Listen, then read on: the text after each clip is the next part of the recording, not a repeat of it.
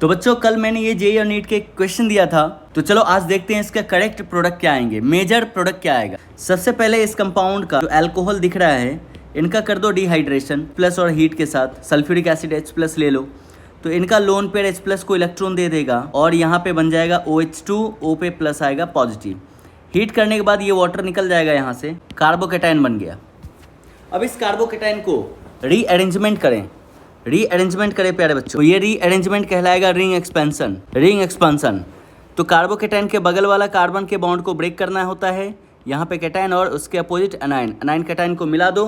Anion cation को जब मिलाओगे तो नंबर 1 2 3 4 5 6 मिला करके एक 6 मेंबर का रिंग जनरेट हो रहा है। ठीक है, अगर ये 1 है तो ये 2 हो गया, 3 हो गया, 4 हो गया, 5 हो गया, 6 हो गया, और 2 पे चार्ज क्या आ जाएगा, यहाँ पे पॉजिटिव आ जाएगा। इसको फिर से रीअरेंज करो, हाइड्राइड को शिफ्ट करो यहाँ से, तो क्या बन जाएगा बच्चों, यहाँ पे कैटाइन आया 3 डिग्री, ये मोस्ट स्टेबल कार्बोकेटाइन बन गया।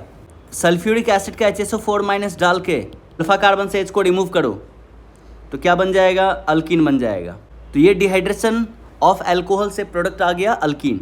अब इस अल्कीन का आगे जो रिएजेंट दिया हुआ है ओजोनोलाइसिस करना है O3Zn के साथ, रिडक्टिव ओजोनोलाइसिस। तो बॉन्ड को ब्रेक करने हैं, जैसे ही बॉन्ड को ब्रेक करोगे तो प्रोडक्ट कुछ ऐसा बनेगा, डबल बॉन्ड O H और यहाँ पे डबल बॉन्ड O। तो कितने मेंबर का कार्बन बन गया बेटा, कितने मेंबर के चेन में आ गए, तो इसमें आ गए 1 2 3 4 5 6 7, ये 7 मेंबर के कार्बन के प्रोडक्ट बन गया, जिसमें एल्डिहाइड भी है और कीटोन भी है। आपको यहाँ मालूम होगा reactivity, aldehyde is more reactive than ketone. ठीक है, तो एल्डिहाइड ज़्यादा रिएक्टिव है कीटोन से, तो इस केस में स्ट्रक्चर को पहले ऐसे लिखो, डबल बॉन्ड O H, तो 1 2 3 4 5 6 और यहाँ पे 7 डबल बॉन्ड O, ये रहा, इसको ऐसे लिख दिए। अब क्या करना है, तो कीटोन के बाजू वाला कार्बन जो है ये अल्फा है और ये अल्फा है, यहाँ से H को जब रिमूव करोगे निगेटिव आएगा और ये निगेटिव इस कार्बन पे अटैक करेगा, 1 2 3 4 5 मेंबर का रिंग बनेगा।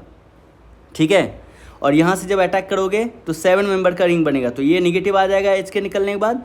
H को कौन लेकर के जाएगा, तो डाइल्यूट NaOH, एल्डोल कंडेंसेशन यहाँ करने हैं। यहाँ का जो मैकेनिज्म है क्या है, एल्डोल कंडेंसेशन। ठीक है, तो क्या बनेगा बेटा, यहाँ से बन जाएगा 1 2 3 4 5 6 7 मेंबर का रिंग बनता हुआ दिख रहा है। तो ये 1 2 3 4 5 6 7, 1 पे क्या है, ये निगेटिव जैसे ही जाके अटैक करेगा ये बॉन्ड खुल जाएगा, तो O पे क्या आ जाएगा, माइनस।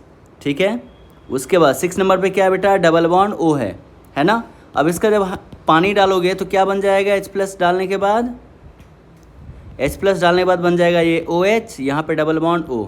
कंडेंसेशन करोगे, हीट करोगे तो क्या बन जाएगा बेटा, अल्फ़ा और बीटा। अल्फ़ा से H को रिमूव करना है और बीटा से OH को, तो ये जो प्रोडक्ट आएगा कुछ ऐसा आएगा।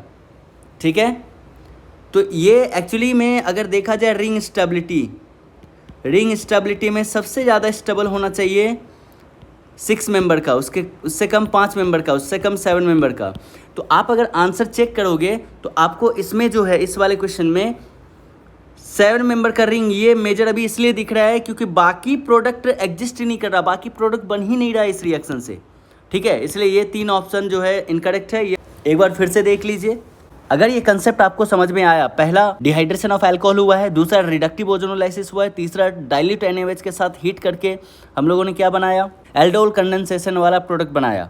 ठीक है, इसमें पूछा आपसे डी मेजर, तो आंसर क्या आया, 1। तो प्यारे बालक बालिका, अगर आपको ये कंसेप्ट समझ में आया है एल्डोल कंडेंसेशन के, तो आगे के और भी क्वेश्चन आसान हो जाएंगे। ऐसे ही क्वेश्चन को सॉल्व करने के लिए सब्सक्राइब कर लो ऑर्गेनिक गुरुजी को।